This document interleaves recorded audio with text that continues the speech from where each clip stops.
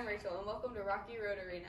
In this barn are so many athletes, prior athletes, and up-and-coming athletes. All of these horses have different dietary needs, and there are 6 things that all of these horses do need. That includes water, fats, carbohydrates, proteins, minerals, and vitamins. You can find all of these things in what I have here, and the factors that are going to change what your horse is going to eat is their age, their size, special dietary needs, the time of year, along with how you're working your horse. So the age of the horse changes. From a younger horse, they're going to need more supplements with zinc and copper and calcium, whereas your middle-aged horses are going to be a lot easier to keep weight on, and a lot of times are actually going to be more apt to be obese. So feeding them accordingly is super important.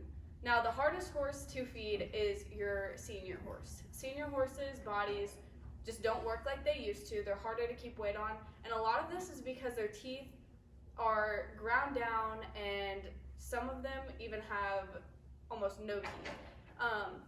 So special feeds are made for these horses that absorb or dissolve inside of their mouth instead of having to chew. There's also pelleted hay substitutes that they don't really have to chew, because with the way their teeth are, they drop more than they're able to eat, and it's just really hard for them to keep that nutrients in.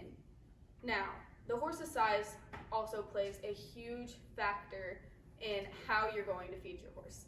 Horses range from the size of a Shetland pony to a Clydesdale or a Belgium. These horses are going to eat about 2% of their body weight each day, and your average horse is about 1,100 pounds. So when you're feeding your average size horse, you're not going to want to feed over 11 pounds, where a Belgian, you might be able to feed 11 pounds. The size of your horse varies, and you're going to need to feed accordingly. There's also some horses that have special dietary needs. One of the main ones I can think of is a pregnant mare. These mares are going to need a lot more energy and a lot more calories. You're going to want to have them on a free-range roughage, which means they get to choose when they're eating their hay. It should always be available.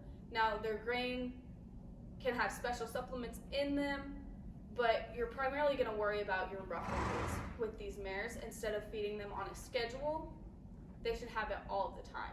Now, another dietary need, which is personal to me because my horse has a neurological disease, which is called head shakers.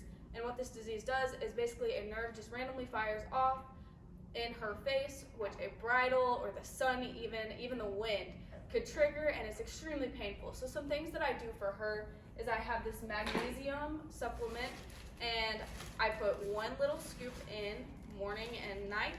It's in the form of a powder, and I just shake it into her feed, and it really helps.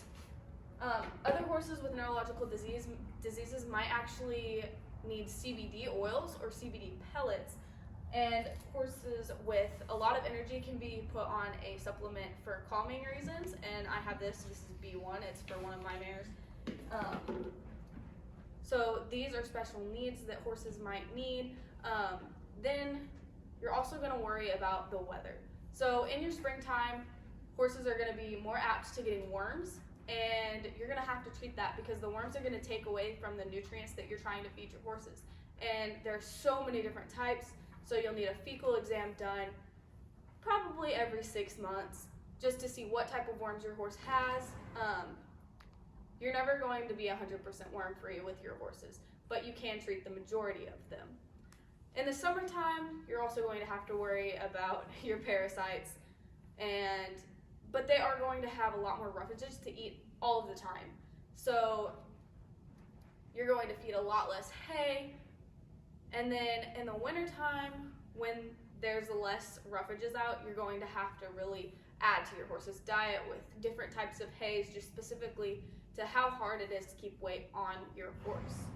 Now, for a working horse, it's going to change their diet. A horse that is not working much, you get on them once or twice a week, and just lope them around or take them on a trail ride, they might not even need a grain. This grain isn't really going to affect them any. They're probably getting all the nutrients that they need to perform the task that they're performing through the grass and the hay that you feed them.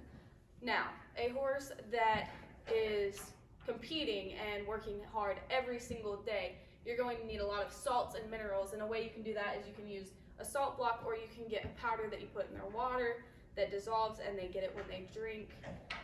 The salts also help to promote your horse to drink, but you need to get back what they lose while you're working them.